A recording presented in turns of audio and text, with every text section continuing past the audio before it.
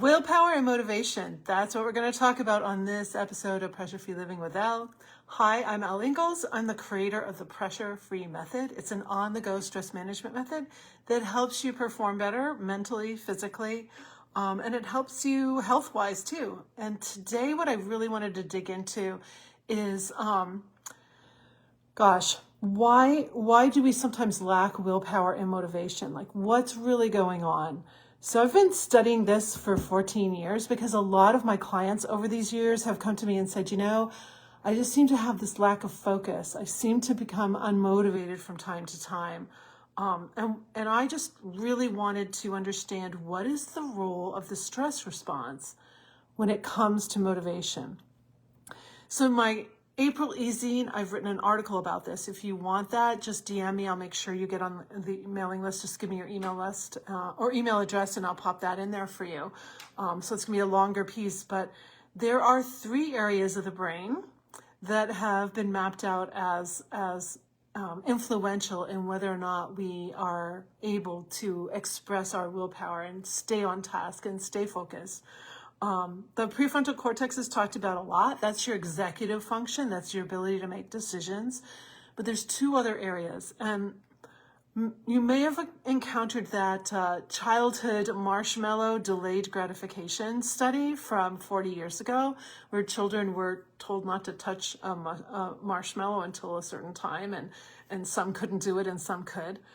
Well, 40 years later, some scientists went back and they got a hold of the people that were in that study to see where are they today. And they were able to do fMRIs where they could see what was actually happening brain chemistry-wise when willpower is a piece of this issue. Delayed gratification, willpower, motivation.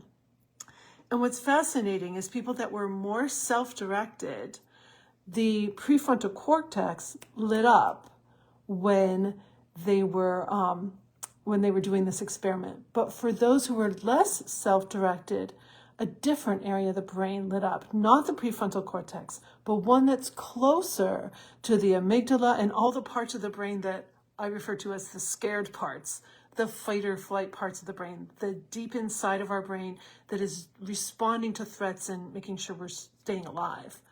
And this little area of the brain is responsible for desire and reward system.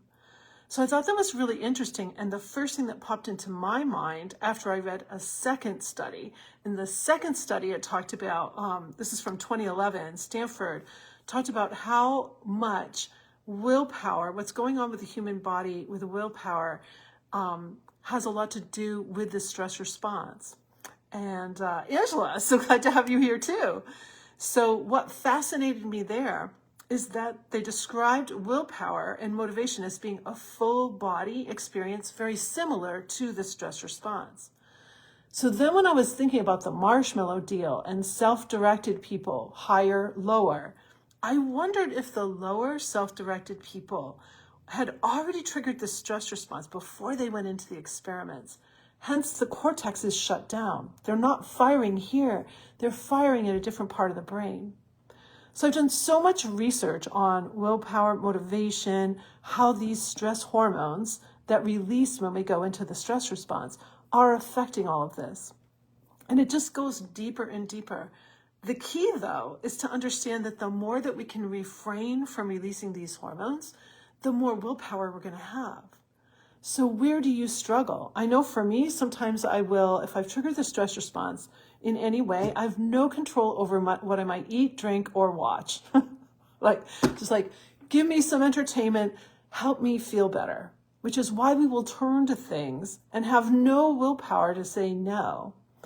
So what is it for you? Like, how do you know that your willpower is just like a little weakened? And then can we trace back, okay, what caused you to trigger the stress response earlier in your day?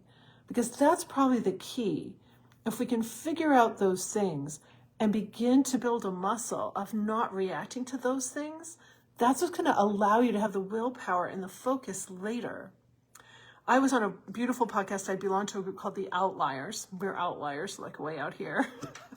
And we had a guy Kawasaki on, the author Guy Kawasaki was with us.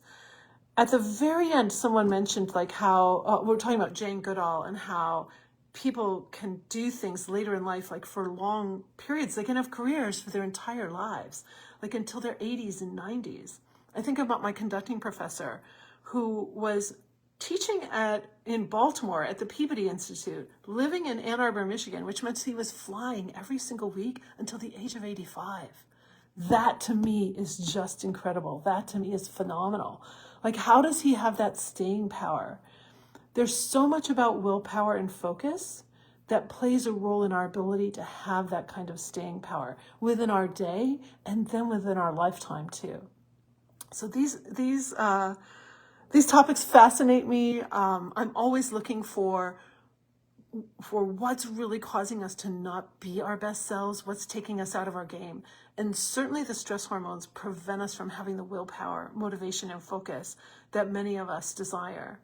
So if this is interesting to you, just DM me sometime. I would love to connect. And I think I mentioned my e-zine at the beginning of this. I have an article in there about willpower, motivation, another one on abdominal muscles and how they can be really powerful for you when it comes to fight or flight.